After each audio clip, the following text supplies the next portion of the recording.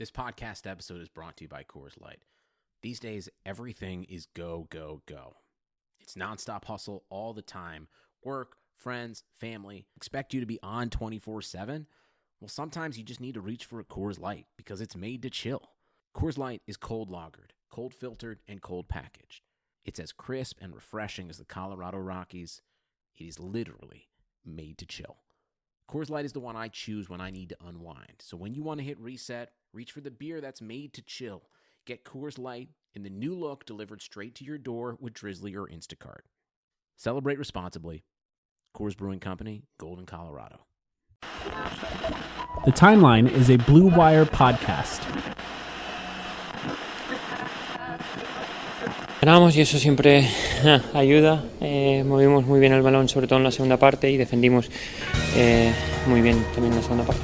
No, bueno, la primera vez fue especial, pero ahora, bueno, claro que tengo amigos allí y sigo en contacto con ellos, pero bueno, ya ha pasado mucho tiempo.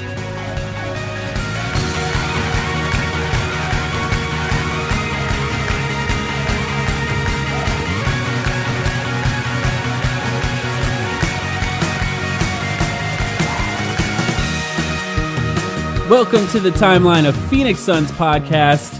Sam, it has been 1 month exactly since we were able to talk about a team with a non-losing record in a week podcast. So, for a week's period... I had no idea where you were going with that. For a week, a period of a week, which is how long we record episodes in, for an entire month, we've been talking about a losing record for the period of a week. But this week, we get to talk about a 2-2 record. Not perfect, but not a losing record. My name is Mike. I'm here with Sam. Sam, how are you doing? I'm doing good. This was like a fun week from a neutral basketball standpoint. We saw some interesting games. We got some free basketball and overtime against New Orleans. We got a close game till the end against a contender, kind of, in Houston. And then a win over Minnesota where they kind of pulled through in the second half. So, maybe we shouldn't focus so much on the Orlando game, but I think people have forgotten about that at this point anyway. So I'd say it was a pretty good week for the Suns. Yeah, I think it was funny because Suns fans created a sort of, are we sure Devin Booker is the superstar narrative for the period of a week?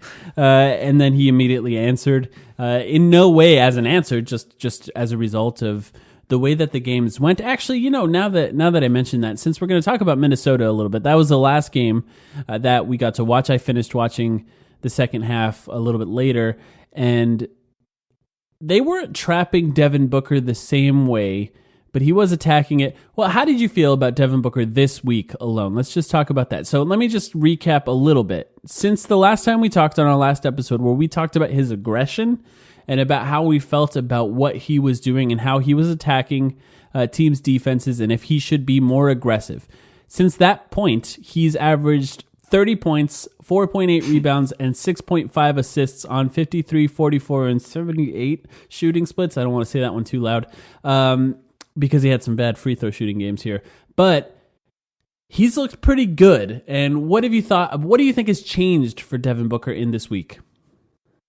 I don't know if much has changed in his approach. I think the rest of the team around him has put him in a better position to succeed, if that makes sense. Now, I think what's changed for Booker a little bit is he's just starting to... The few shots that he wasn't making to this point, even those he's started to make. And what I mean by that is all season long, Devin Booker has been good and effective at hitting contested shots. But I think this week, for the first time, we really started to see him get these kind of hot streaks that we know he's capable of. And really go on some runs. Like the third quarter in the last game against Minnesota, that was a run by Devin Booker. He had a couple of rhythm pull-up threes in transition in a row.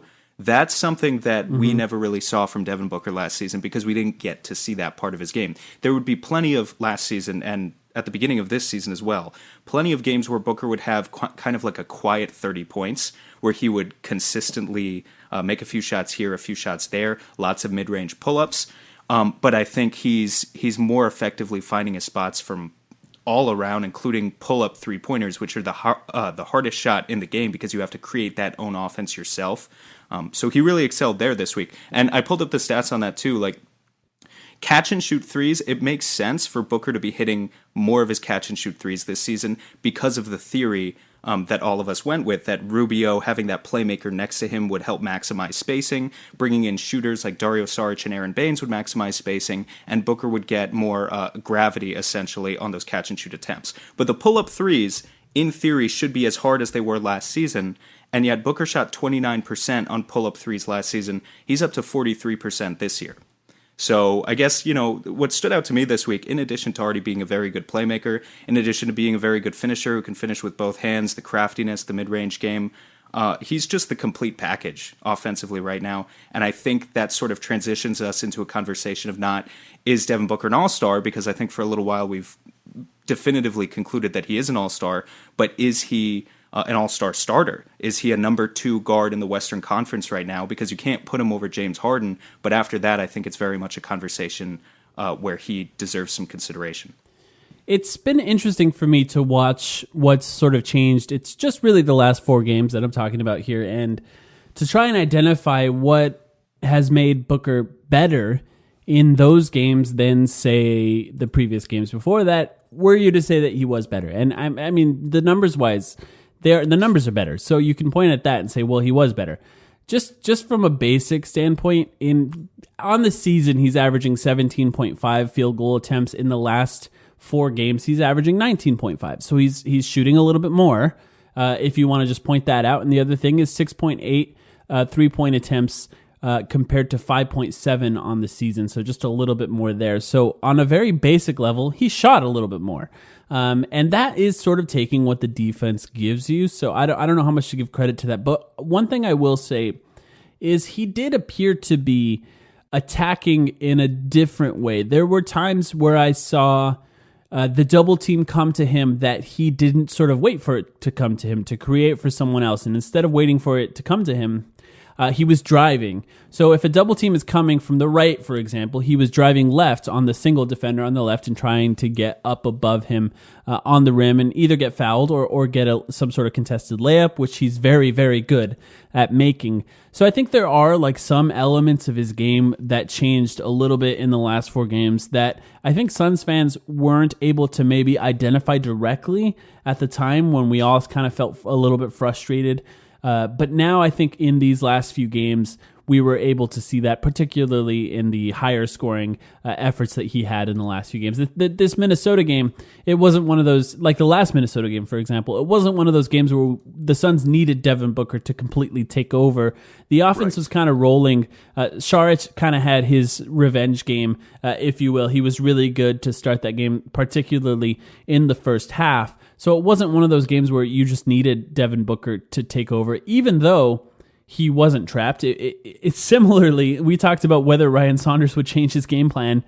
The answer was no, not really. They played the Suns exactly the same, and they lost relatively easily for the Suns. But yeah, let's talk about Devin Booker. So you wanted to talk about him as an all-star starter. I found it interesting, just to touch on that. If you look at the Western Conference right now, you don't get to a team whose best player is a guard until you're outside of the top 4 teams, right? So the top 4 teams are the Lakers, Clippers, Mavericks, and Nuggets.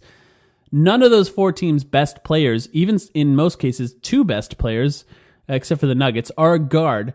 And then you get the Rockets, Jazz, arguable for the Jazz who their best player is. I'm not going to go into that now. And then the Thunder, who's for sale, like everyone on the Thunder are currently for sale. And then you got the Suns. So when you first brought up the idea of Devin Booker as an all-star starter in his first all-star appearance, I thought, no way. There's just no way. But then I looked at the standings, and it kind of makes sense. What's your case for that? It makes a lot of sense.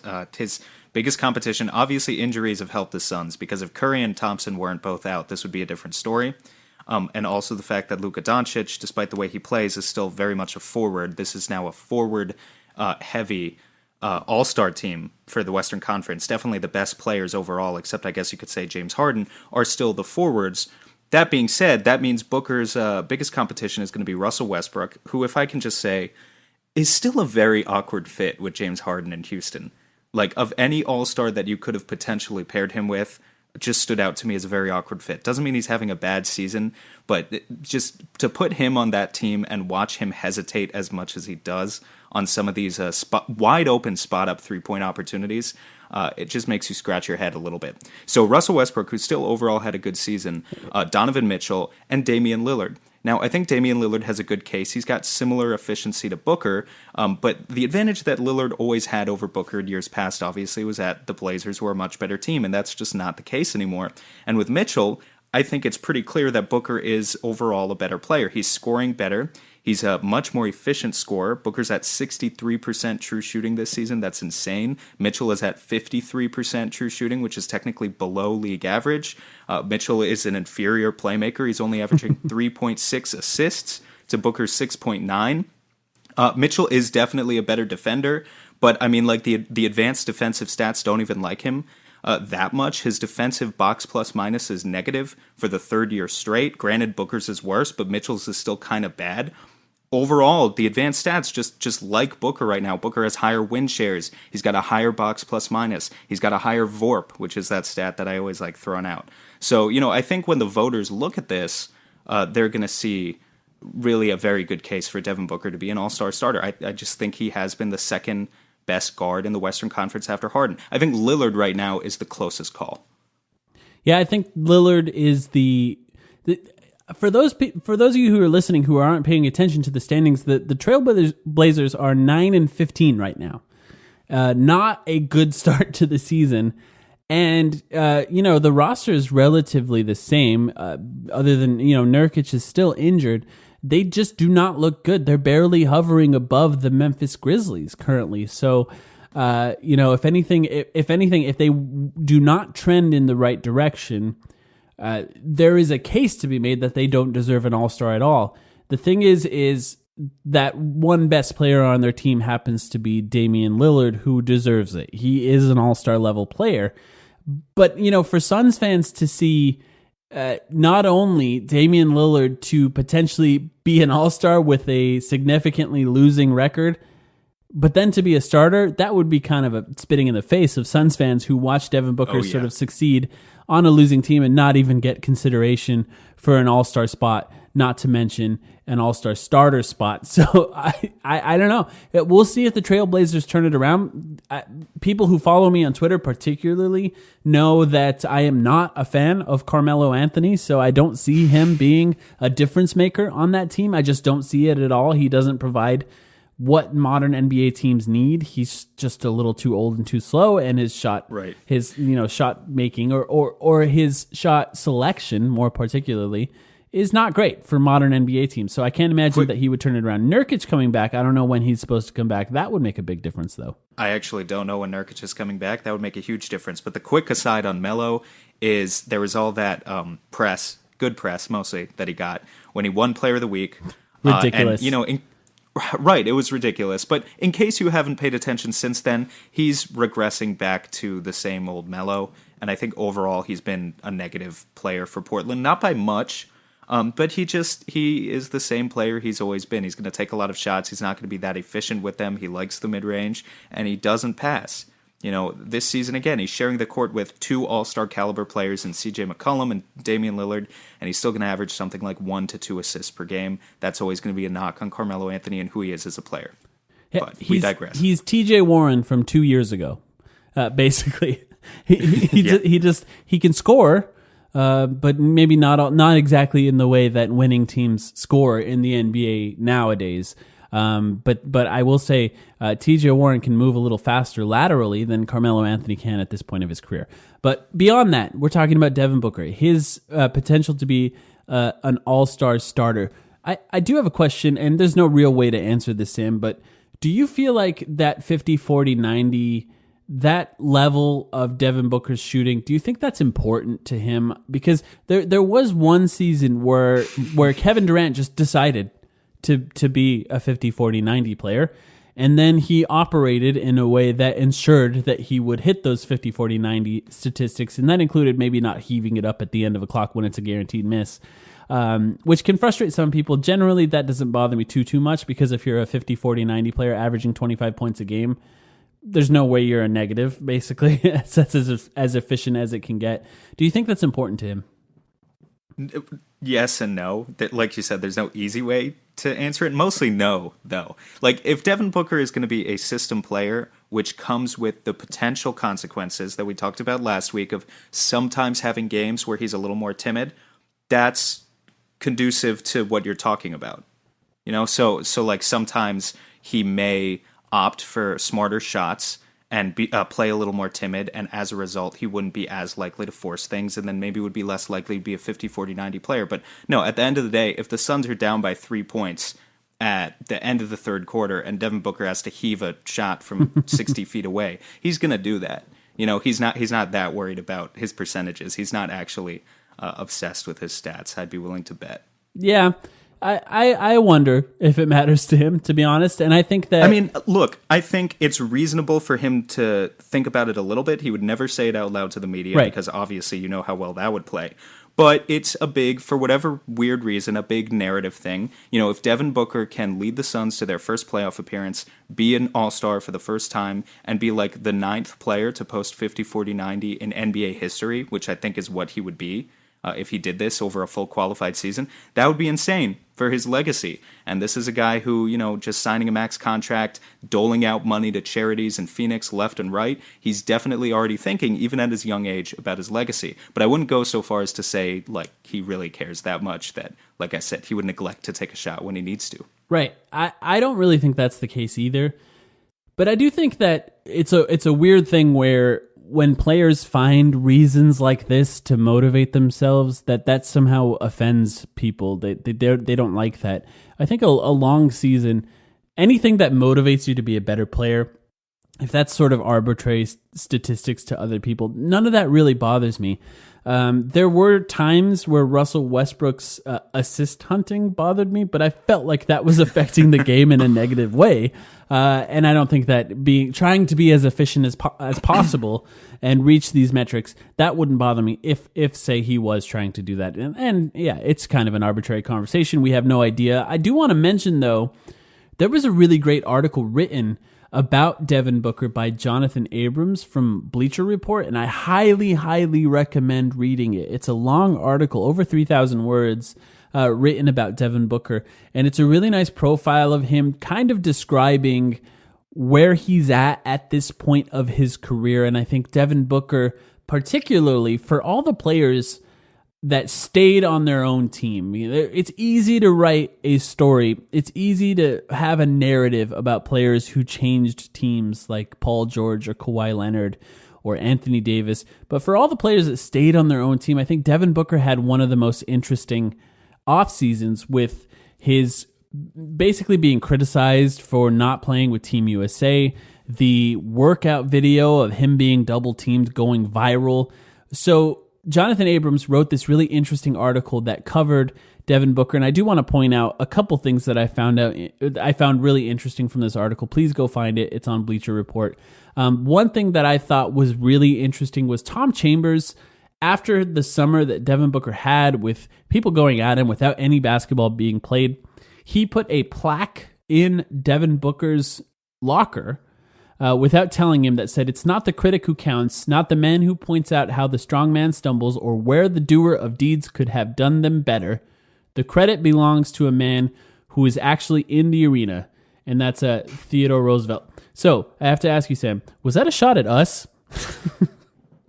Well, it is sort of, in the sense that former players will often have this attitude. Like, if Eddie Johnson ever appears on our podcast, Eddie Johnson has gone after other Suns podcasters on Twitter before.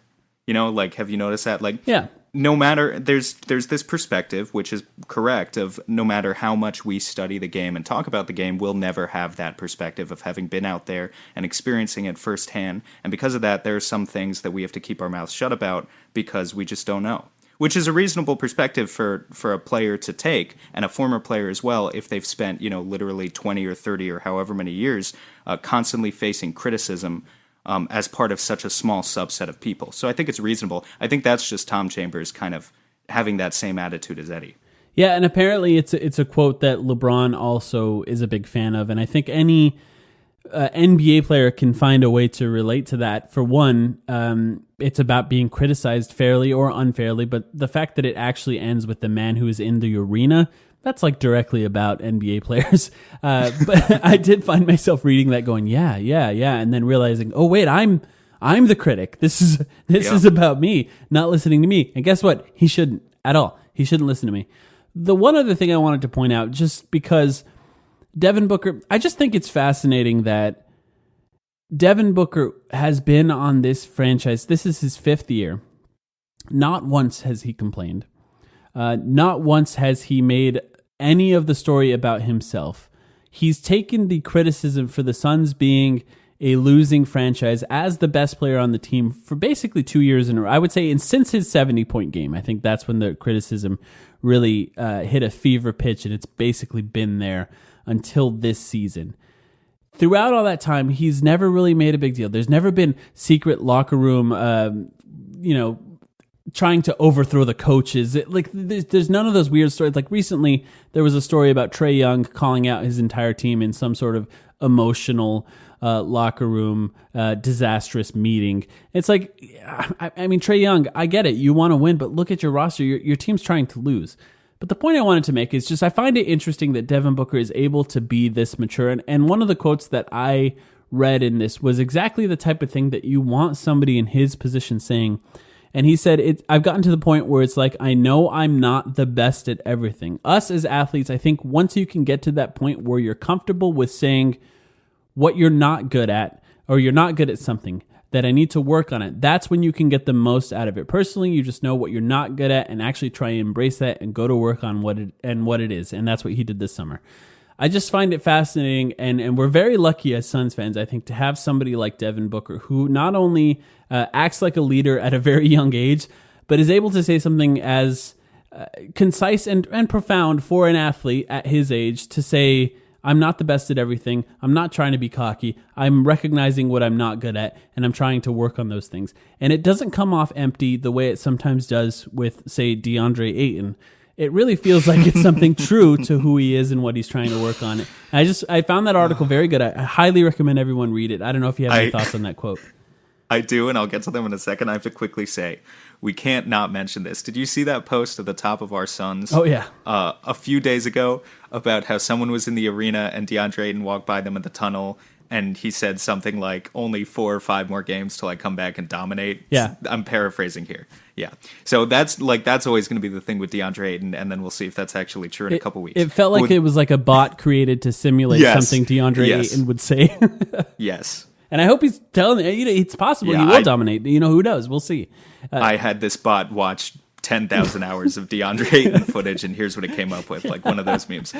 But with Booker, I think what impressed me so much in the rest of his quotes in this article too, not just the one you were referring to, but how consistently he's taking a measured approach in everything, in how he evaluates himself, but also in part of leadership is how you evaluate your teammates. And he had this half funny but also half kind of insightful quote about Ricky Rubio, where he says, quote, he's not the most athletic. Mm-hmm. He doesn't shoot the ball the best. He's not going in there dunking on anybody or using lightning speed to get by anybody. And at this point, like I, the reader, am saying, well, shit, Devin, like I hope you're about to say something good about Ricky, because it's a long time you're going shitting on him here. But then he continues, he says, everything with him is up here in his mind. He won't say it, but you can tell when he's playing, he's thinking the whole time and he's putting people in the right position. And Booker, I think, has a way of empowering his teammates and instilling confidence in them without being unreasonable. Almost, like without being like us as fans, without being homers. He has a real sense of what everyone's role on this team is and should be. And that's how you can actually maximize players' strengths. And on the flip side, that's how you can also sometimes tell players like Kelly Oubre, if he's forcing a few too many shots, or Dario Saric, if he's being a little bit too timid, how you can like give them some advice and actually get them to play to their strengths and make the entire unit stronger as a whole. So I don't know. I just think Booker has done just an exceptional job in the leadership role for someone who's only 23 years old. Yep, absolutely. And as an example of that, the Suns actually posted a video of Devin Booker talking after the Houston game, and he took the blame for the loss. He basically said, "I missed a lot of free throws, and missing free throws is contagious, and then my teammates missed free throws." Right. And that kind of subtle leadership I find really fascinating, because superstars are important on the court, but their ability to shield their teammates from criticism, it's something that's really important off the court as well. And I think Devin Booker not only being willing to be that shield, but inviting it on himself, that's really great leadership. It's just not something that you see often in somebody as young as him. That's something that LeBron has always done, for example. That, it's like the best leaders that you can think of in the NBA are guys that consistently said things like that. And, and he seems to be a guy who takes it to heart and actually does things based on those words. I just want to stress how important that is that you were talking about. Like, you have to do that if you want to be a good leader, because, if Booker says about Rubio to the media, yeah, this guy can't shoot for shit, and, he's not very athletic, give me the ball. That comes off much different than actually being able to go out and admit his own mistakes and admit, when a loss is on him for those missed free throws as it is, and really gets players to buy into what he's talking about. You have to admit that you're human as well, right, and can't just be conceited in your leadership. Yeah, absolutely. And I think it's been an up and down last 5 seasons, right, including this one for Suns fans, but it's been nice to watch Devin Booker grow as a player. But I think that leadership thing although he has grown in that role as well, I think that he's always had something in him that made him a leader from what I can tell. So I guess it's just we decided to spend the first 20 minutes of this podcast just thanking God that the Suns lucked out into a guy like Devin Booker, because he was picked at 13th by Ryan McDonough, who has some of the worst draft mistakes of the last 10 years. So we're very lucky to get a guy like him. But let's take a quick break. We have to talk about Kevin Love. I'm not saying that I want to talk about Kevin Love, but we have to talk about Kevin Love. I get it. We'll get into our player of the week, and we'll preview some of next week's episodes. We'll be right back. Talking about ED isn't easy. Usually you brush it off, blame yourself, or say things like I lost my mojo, or you avoid it altogether with excuses like I had a long day at work, or sorry, I'm not feeling it.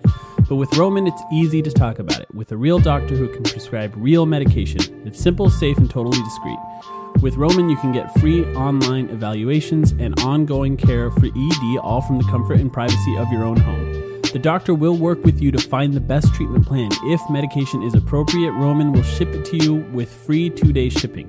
The whole process is straightforward, simple, and discreet. Getting started is simple. Just go to GetRoman.com/BlueWire and complete an online visit. ED used to be tough to tackle, but now there's Roman. Complete an online visit today and connect with a doctor to get it taken care of. Just go to GetRoman.com/BlueWire to get a free online visit and free 2-day shipping. That's GetRoman.com/BlueWire, free visit to get started. GetRoman.com/BlueWire. All right, trade season is about to begin. So some people might be wondering, it's December. Why is everyone talking about trades right now? As of December 15th, contracts that were signed in this previous offseason are now eligible to be traded, certain kinds of contracts at least.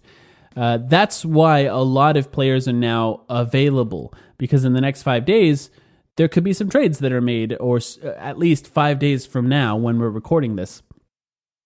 Some players are very publicly available now, and I think the most common one that seems to be coming up online as connected to the Phoenix Suns, thanks to Suns fans, but now, as of this morning, also thanks to the Ringers, Kevin O'Connor, the homie, he said that the Suns could be potentially in competition to trade for Kevin Love, a guy who I wanted on the Suns 10 years ago, but I am a little unsure of how I feel about it now. Well, unsure maybe is a little generous, but Sam, what do you think about Kevin Love and the idea of trading for Kevin Love? I have soured on this idea so much as I've let it sit in my brain for the past couple months. Like, if you asked me a couple months ago, I would have been like, oh yeah, you know what, Kevin Love, he's all right. He still has a little bit left in the tank. He's a champion. I don't care. He's a champion. But that probably would have factored into my thought process there. And now I think we have to start with, first of all, what did we expect out of Dario Saric at the beginning of the season, and what are we getting out of him right now? Because what's interesting about Dario Saric right now, if you're going to trade for Kevin Love, first you have to convince me that Kevin Love is an upgrade over Dario Saric. And right now, I'm not sure we can do it. Dario, in his last 8 games, what's so interesting is that he shot 32% from 3.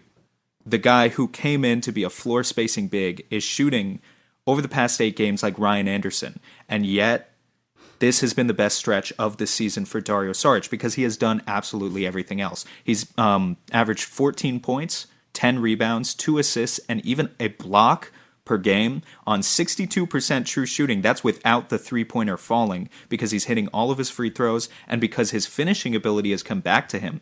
And, I know he doesn't have a great post game, but his touch is starting to return to him, and you can see it. He had a nice drive, I think, on Karl Anthony Towns it was yesterday against Minnesota. He had a nice drive on another Timberwolves forward. I don't remember who it was.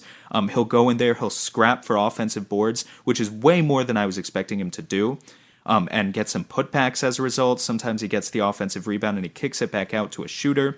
But the point is, Dario Saric looks like a much more complete player than we anticipated. And because of that, it affects really how much of an upgrade you're getting in terms of Kevin Love. Kevin Love, on the flip side, is having his worst stretch of the season right now. Over his last 10 games, he's averaging 13 points and 8 rebounds on 38% shooting. So small sample size theater here, but just the most recent stretch for each of these two guys, Kevin Love and Dario Saric are on about equal footing just in their most recent games.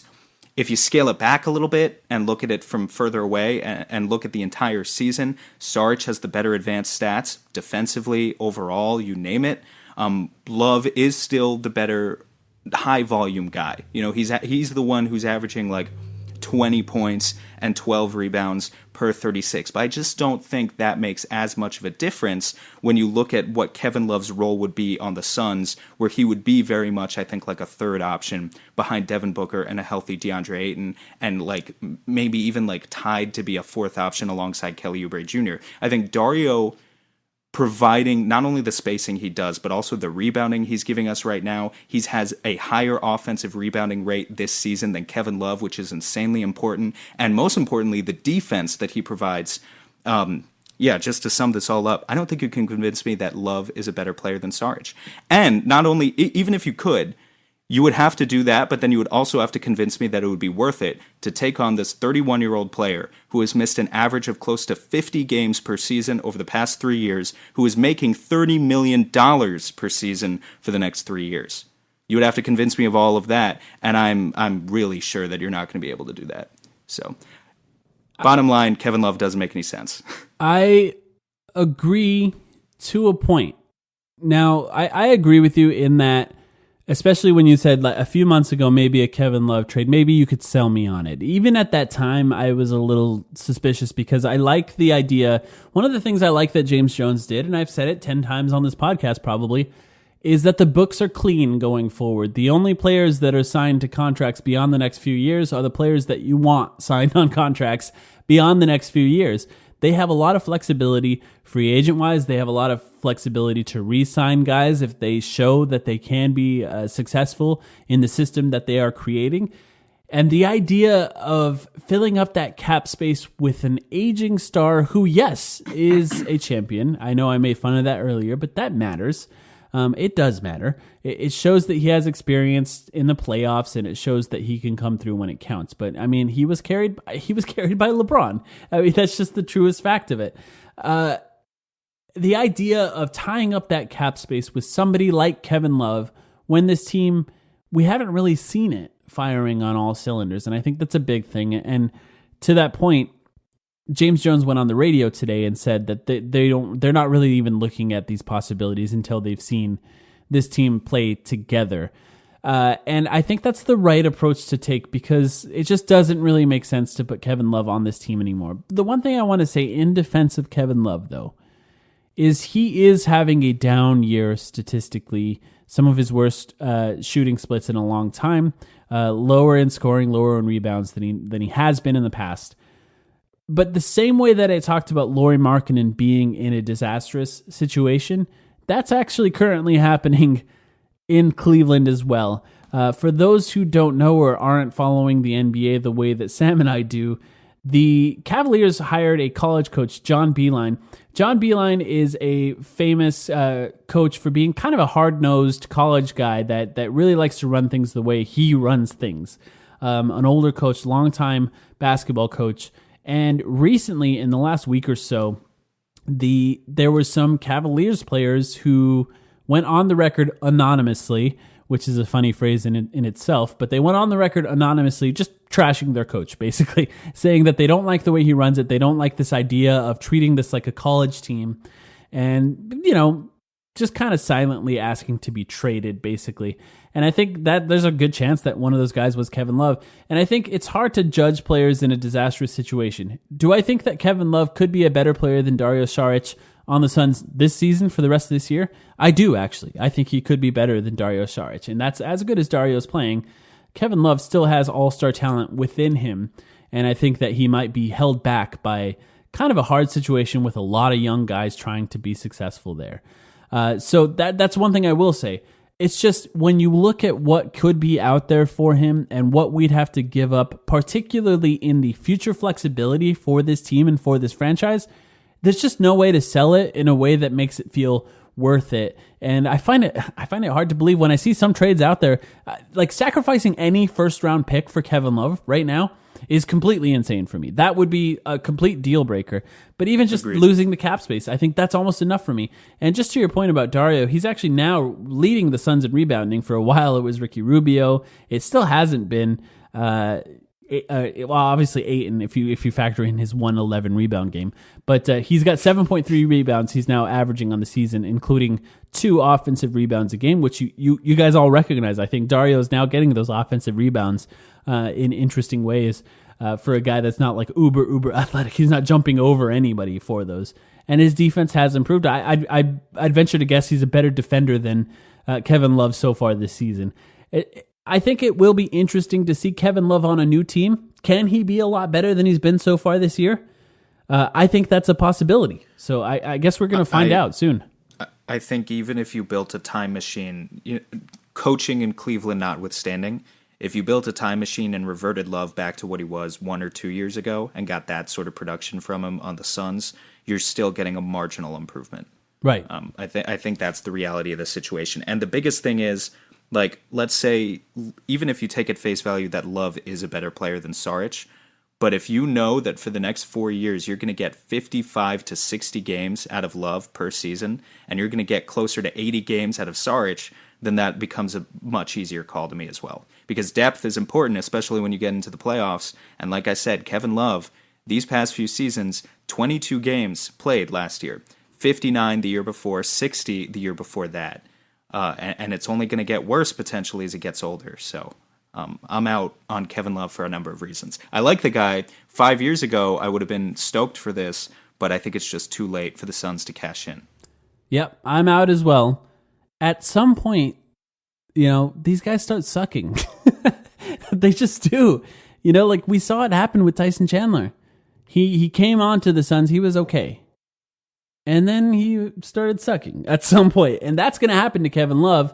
It's possible that it's happening right now this season, and some team's going to trade for him, and that could be a disaster. We're talking about Portland in the playoff race. Portland is potentially one of those teams. It's supposedly the team Kevin Love wants to play for, so we'll see if he can make an improvement there. I think that could be an interesting team if they can get like 80% of what Kevin Love used to be. That would be a nice thing. Talk about a disaster defensively, though, that team. Yep. But we'll see what happens there. We'll follow that. There are some other potential players available. I do just, maybe we won't even get into the specific guys that are available yet. We're going to have time to talk about this. Just in a general sense, Sam, I want to ask you, what do you think the Suns need to just sort of marginally improve their chances? Shit. It's funny because I haven't even thought about it because I wasn't prepared to talk about it. I guess, putting me on the spot, I guess it's like a Kaminsky upgrade. So a stretch big that can actually stretch. And I want to give Frank Kaminsky actually some credit in case we don't get the chance to talk about him anymore on this episode. He's been hitting his threes this week.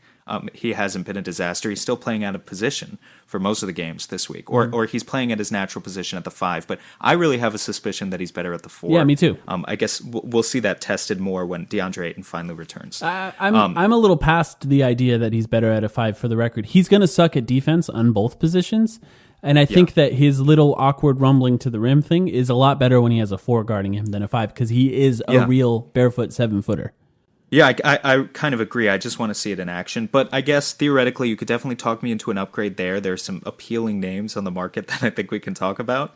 But another thing is, Ty Jerome, as much as we liked him at point guard. Well, okay, if you look at the bench in general, there are guys who are doing great things on the bench right now. Mikal Bridges is kind of coming back to life a little bit. Cam Johnson has been really consistent. But Cam Johnson and Mikal Bridges, they're not creators. And Tyler Johnson, I think, was kind of supposed to fill that void, but then he wasn't what we expected. So I think this is exactly where I was going with this. Yes, right. You need. It's sort of how, like, if you go way back, I have no regrets about what the Suns did this summer. I think they had a great offseason. But if you go back to our free agent targets episode, when both Mike and I laid out our 5 favorite free agent targets for the Suns before July 1st. One of the guys on my list was Jeremy Lamb. And the idea there was to bring in basically just a guy who could be kind of your sixth man, self-creator off the bench, ideally a good playmaker, but also a guy who can give you some penetration in lineups where either you don't have either Devin Booker or Ricky Rubio on the floor and you just really need a pure bench lineup, or maybe it's a night where Ricky Rubio has back spasms and Devin Booker's going to be off the floor for a certain amount of time and you need another guy who can penetrate, because as great a shooter as Cam Johnson is, he's not going to do it. As great a cutter as Mikal Bridges is becoming, he's not going to do it either. That sort of thing. So I think the Suns could really go out and look for an upgrade there. A guy who's basically a combo guard, maybe can take some of Ty Jerome's minutes in games where Ty doesn't look ready for the big time, maybe take some of other players' minutes, depending on who has the hot hand. I have 2 guys that I wrote down for that potential. And my biggest thing that I think the Suns need to improve, to marginally improve their playoff odds, are some sort of guard offense off the bench. Now, I do think that ideally it is a playmaker, penetrator, someone who can dribble with the ball and actually make plays.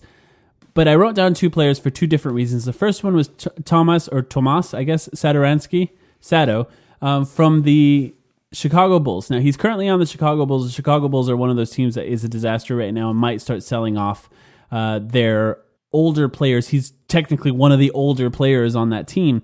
If he becomes available in any way, I think the Suns have to look at Satoransky, because I think he could be a perfect backup guard. For one, he's a point guard. He's an actual point guard, and he's 6'7", which is just a nice thing to have coming off the bench if you can do that. So if he becomes available in any way, I think that's a player that the Suns need to look at. The other player that I wrote down is JJ Redick, and that's for a different reason. JJ Redick does not create offense by dribbling. JJ Redick creates offense by being sort of a guy that runs all over the court and spaces the floor for everyone else in ways that very, very few players can.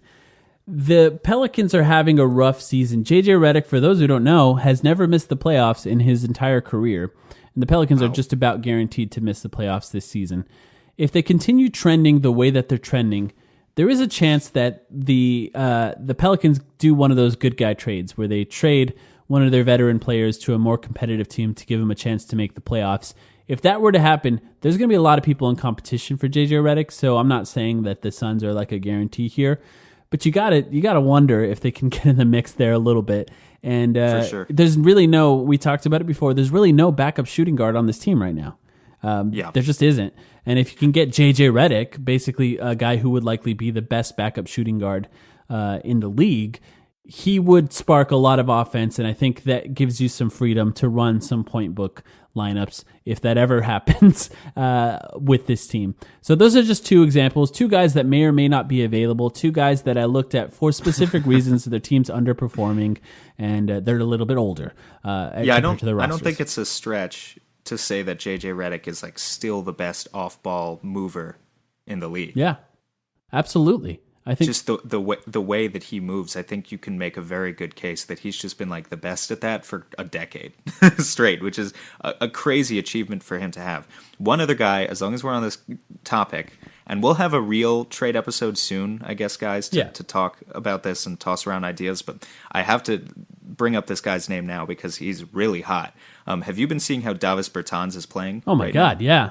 Yeah, for the Wizards. When I talk about a Frank Kaminsky upgrade, like, wow, he's on an expiring deal for what's likely to be a non-playoff team. So I think that's really a guy you have to look at. He's averaging like 14, 15 points per game, shooting the lights out consistently every night. It would be like having him and Baines together in a lineup would be so absurd that it's just just thinking about that. Yeah, absolutely. I think that's the type of player that James Jones loves too. He would fit right in. The Wizards had the number one. I'm not sure if they're still there, but they had the number one offense for the majority of the season so far. And obviously they have excellent players like Bradley Beal has been excellent this season. They also have Isaiah Thomas, who's been playing relatively well. But I think a lot of that credit can go to a guy like Davis, who is like JJ Redick. It's a similar thing where he can shoot the three in so many different ways, and he's so quick with that release. Those guys make a massive, massive difference to teams that move the ball well. So yeah, that would be a great one. That's an excellent one to bring up and definitely keep an eye on it. Mind you, any of these guys that shoot the three the way that the guys that we mentioned do are going to be sought by every team. But the Suns, out of playoff teams, the Suns have they have pretty good roster flexibility as far as the ability to make trades. The problem is not a lot of guys in those like middle contract areas beyond Frank Kaminsky, and nobody's going to want him. I don't think so.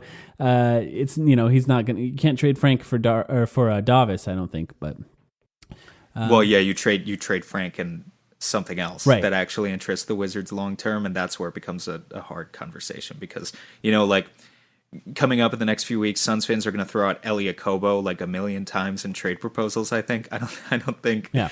Sorry, guys. I don't think Elie Okobo has, and Frank. Okay, but Frank is like. I understand if you're throwing in Frank just for salary matching purposes, but people are going to be like, no, I don't want to give up Cam Johnson or Mikal Bridges. Here, take Elie Okobo. I just don't think Elie Okobo has the value that you guys are really assigning to him, but we'll see. Yeah, I agree. And we'll see if anything happens at all. It sounds, and I think the approach, for the record, the approach of let's see how this team looks when everyone's actually playing is the right approach. We have time. DeAndre Ayton's back next week or the week after next, I should say. No, next week, I think. It's 4 games from now, whatever that is. And then they're going to have a lot of time before the trade deadline, which is in February. So there's going to be time to see this team, and I think that's the right approach. Let's watch this team, see how they do, and see where there's actual need. And I think the most likely spot is a backup guard that can spur offense in more than one way. Like I said, there's the Sato, and then there's JJ Redick. Those guys create offense in completely different ways. But both guys. Of them, they can shoot. White guy only trade deadline. Yeah, possibly, if Davis is available as well. Let's get into Player of the Week. Who's it gonna be? Who's it gonna be? Who's it gonna be? Who's it gonna be? It's time to announce our number one superstar. You shine so bright, you'll go far. Cross your fingers, hold your breath. It might be you. Who could know? You'll find out on the show. Who's it gonna be? Who's it gonna be? Who's it gonna be? Who's it gonna be? Who's it gonna be? Who's it gonna be? Player of the Week. All right, Player of the Week for the 3rd week in a row. This time, Sam, I'll go first because I finally picked a Phoenix Suns player for the Player of the Week, and this one is well deserved. His name is Ricky Rubio, and he's playing in a Los Suns jersey now, which I love very, very much. And he had an excellent game, particularly against the Minnesota Timberwolves. But just for the record, this is an amazing stat line here. In the last 5 games, he's averaging 10 points, 12.8 assists, and 1.6 turnovers.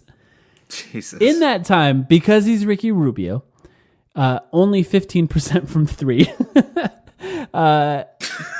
So there's always a give and a take.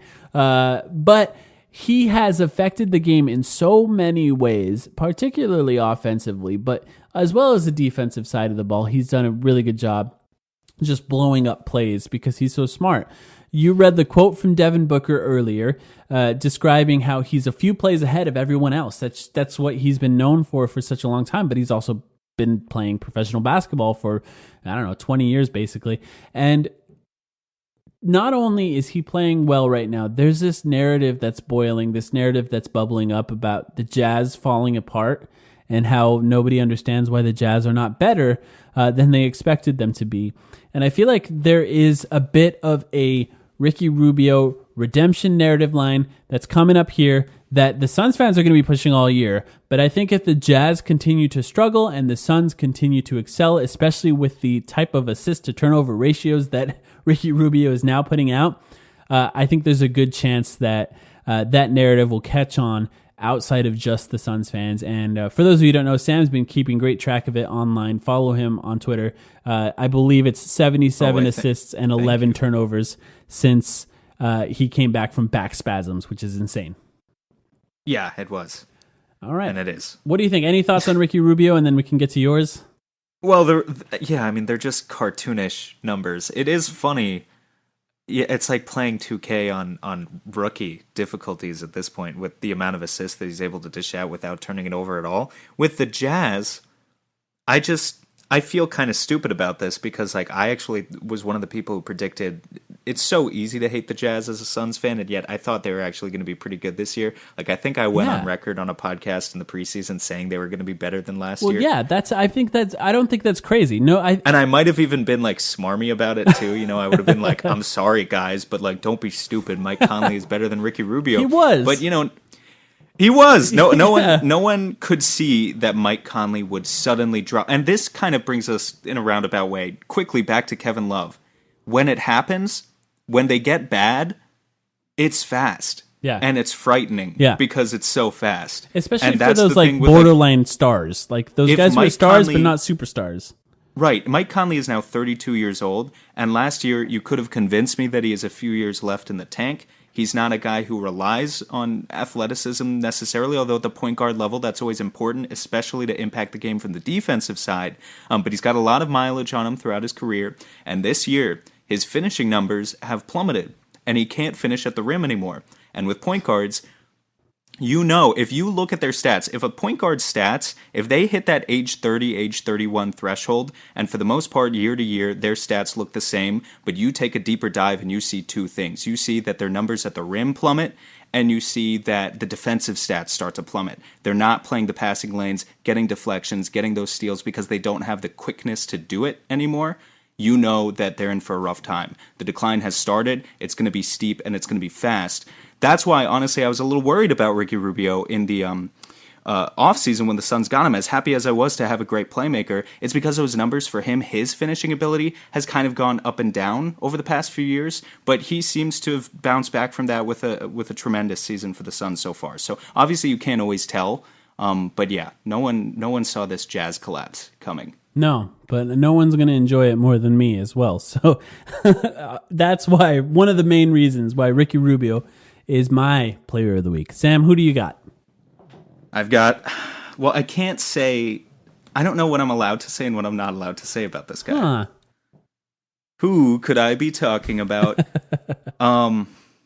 It's my player of the week is Mikal Bridges. You can say his name. And I'm allowed to say his name. You can talk about his defense. Okay, his defense is really good. Yeah. He was everywhere in last night's game, or 2 nights ago, by the time you hear this. He was everywhere.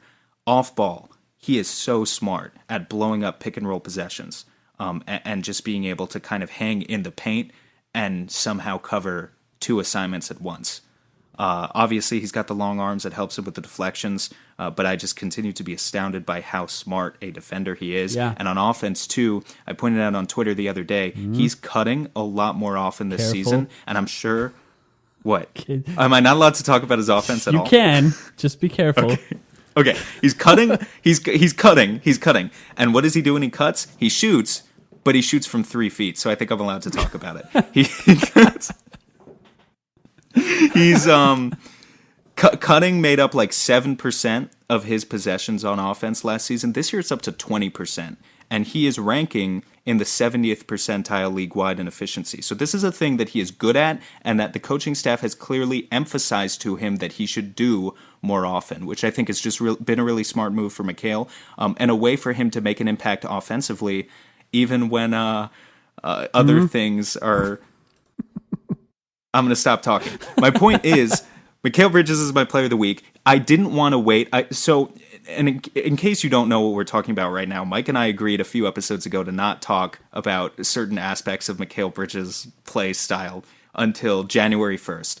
but I just want to give him some credit by giving him player of the week. Recognize that he's had a good week. We're still not going to talk about that thing until January 1st because we said we weren't allowed to, but Mikal Bridges has definitely been good.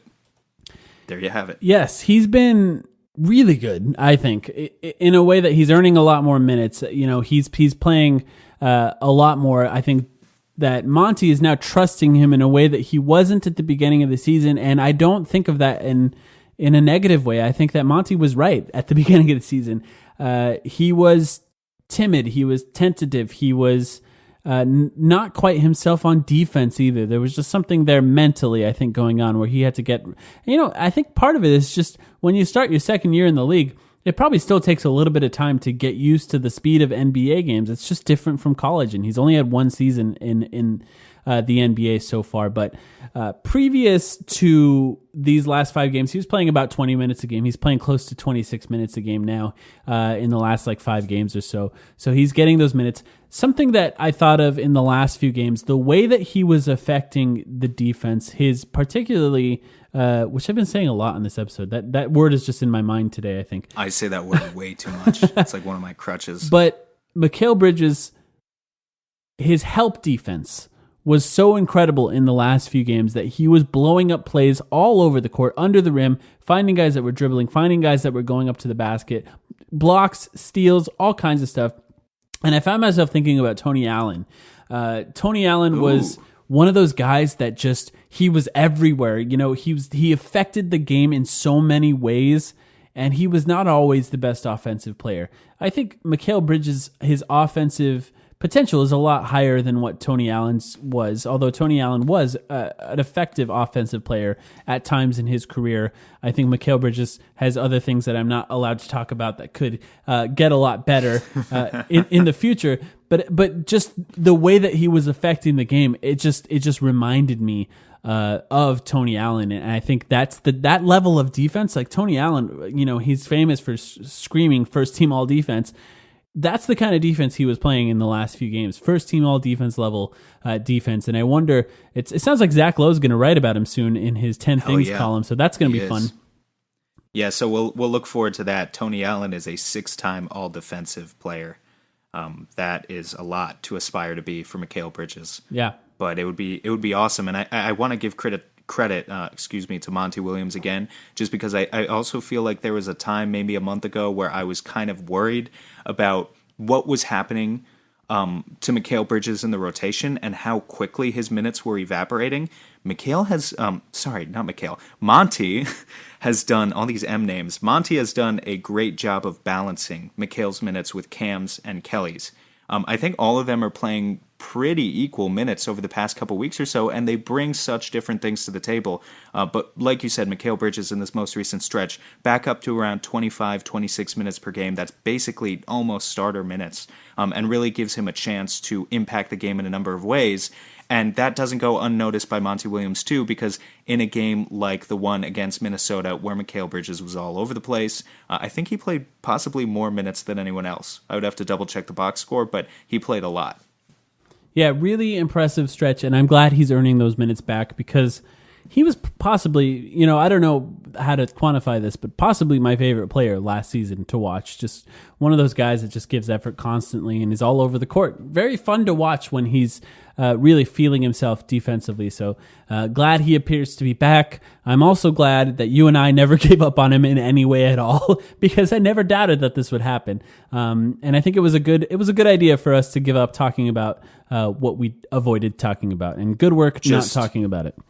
Just to fact check myself there, so Booker played 36 minutes against the Wolves, but after that it was Rubio, Oubre, Bridges all at 33. So he was right up there with being one of the most important members of the Suns rotation that night.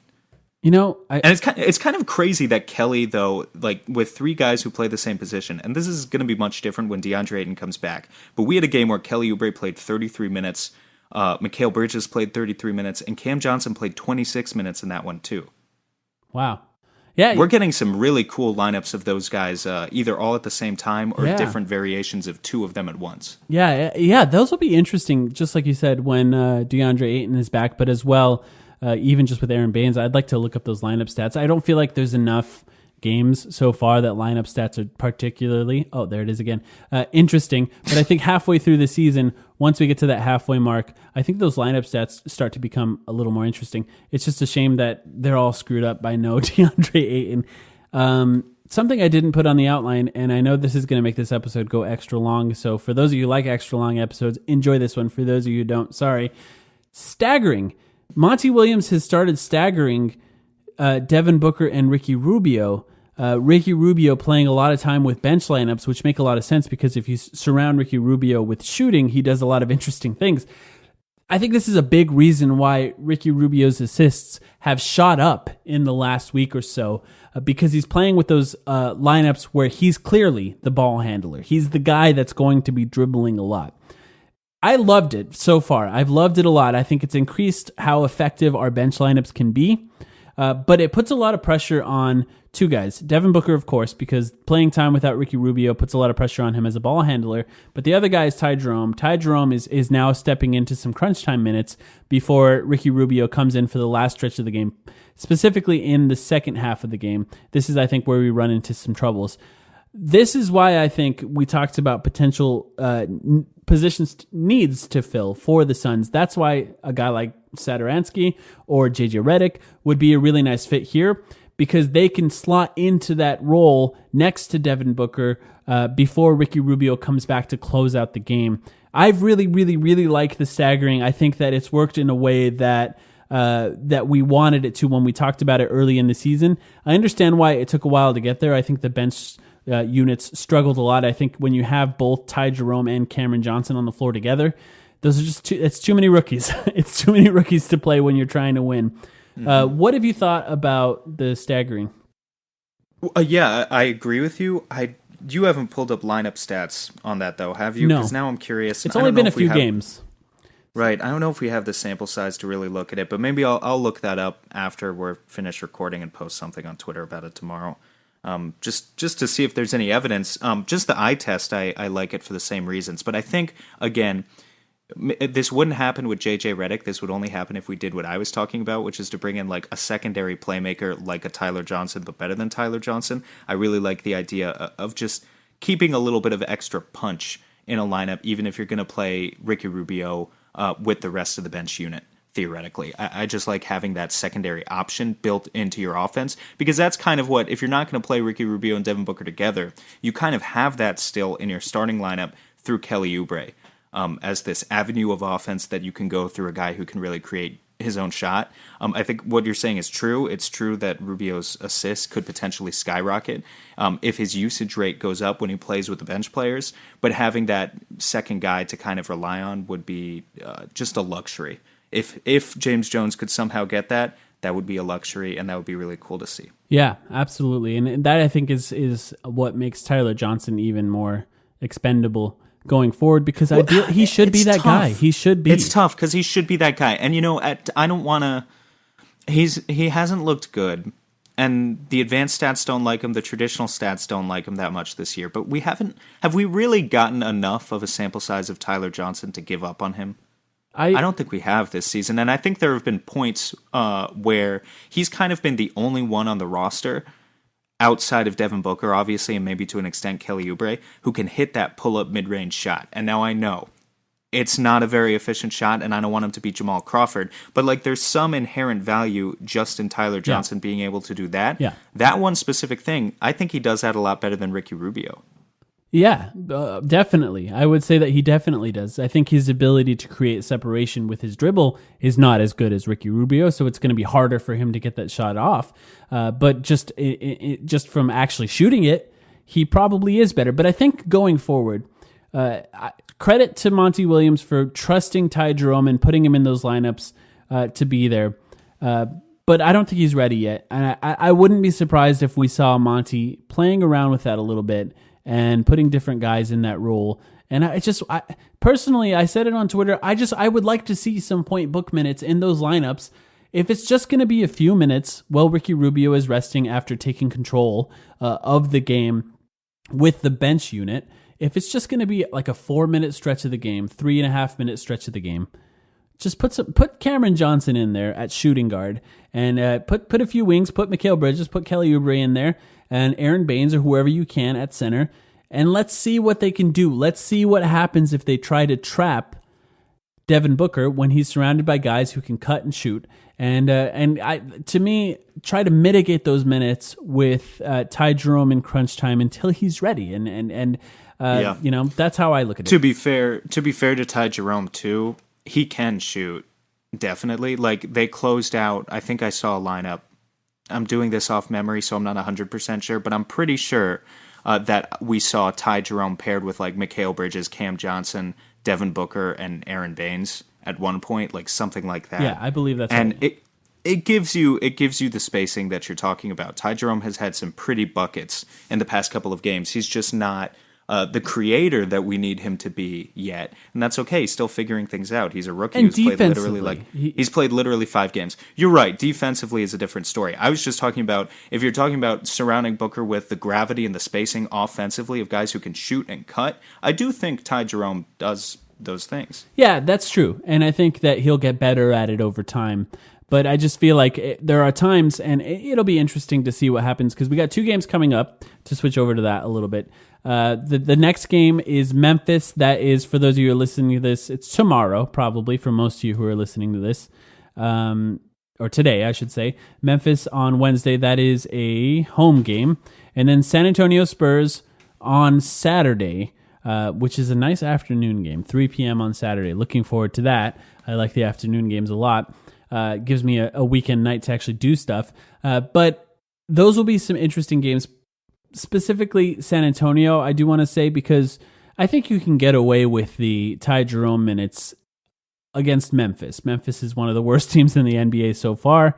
They got guys who can get hot. They can still be competitive, but you can probably get away with those Ty Jerome minutes. I'd like to see San Antonio, who hasn't been great. They're well out of the playoff race so far, but they've had some interesting wins. You put it on our outline here, Sam. The Clippers in Houston relatively recently. They need to be taken seriously. We'll see what they do in those lineups if they start switching things up a little bit against San Antonio. What are your thoughts on those 2 games?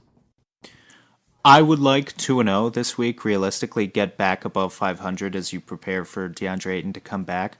But yeah, like you said, obviously San Antonio's opponent you need to take seriously anytime you're facing Coach Pop. It's going to be kind of a clash of philosophy because no surprise here, I don't think, to anyone who's followed the Spurs the past few years, but the combination of DeMar DeRozan and LaMarcus Aldridge, they don't shoot that many three-pointers.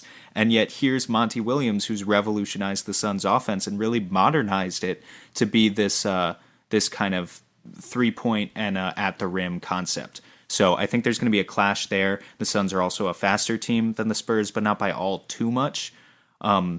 Yeah, we'll see. I think it could come down to depth. You know, the Spurs have some interesting depth where they've got guys who are not necessarily the most experienced players in the world, but guys who could potentially rook Ty Jerome a little bit, if you know what I mean. Like Derek White coming off the bench could be dangerous. Patty Mills actually is a veteran who's been around the league for a long time. He could be a guy who could rook Ty Jerome a little bit. And then they've just got other guys off their bench that I could list. Marco Bellinelli, a veteran. Jakob Poeltl's had a decent season. So that could be an interesting matchup for the Suns. But ultimately, I do think the Suns are the better team in both games. Both games are at home. They should go 2-0. Oh, and actually, by the way, that San Antonio game, forgot to mention this, it is a home game, but it's actually in Mexico City. Wow. That's that. Okay. It's kind of interesting too. I didn't even notice that. Devin Booker did very well in Mexico in the few times he's played there, so including beating San Antonio. So we'll see if that's something he can do again. It's nice when he performs well there. The Mexican crowd seems to like Devin Booker a lot. So that's coming up. And it's a pretty exciting time, I think, for Suns fans. It's almost like we're going to make a mid-season trade. We're talking about all these potential trades because it is Memphis, San Antonio, and then Portland next Monday, and then the Clippers. And that Clippers game is when DeAndre Ayton is coming back. So against possibly the best or one of the best teams in the NBA at the end of the season, I have a feeling they might be the best or second best. And we get our second best player back. If he does not score 50 points with 50 rebounds, with 50 blocks, yeah, he's a bust. He is. Are you ready to call it, Suns fans? Call DeAndre Ayton out on his shit if he doesn't post the first ever 50-50-50 game. Yeah, exactly. In his return. I'll be there. We'll be back. I'll be leading the charge. On Sundays. We'll be back. Sundays, hopefully. We're going to get back to our normal, regularly scheduled program. Whether you like it or not, we'll be back. See you guys in a few days. Cloakzy. Not Cloakzy. He's a gamer. Not Cloakzy. Cloakzy.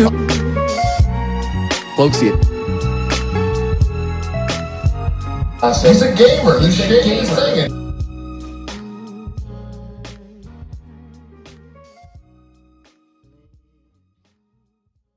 Sugar Ray Leonard, Roberto Duran, Marvelous Marvin Hagler, and Thomas Hearns. Legends, whose four-way rivalry defined one of the greatest eras in boxing history. Relive their decade of dominance in the new Showtime sports documentary, The Kings, a 4-part series premiering Sunday, June 6th, only on Showtime.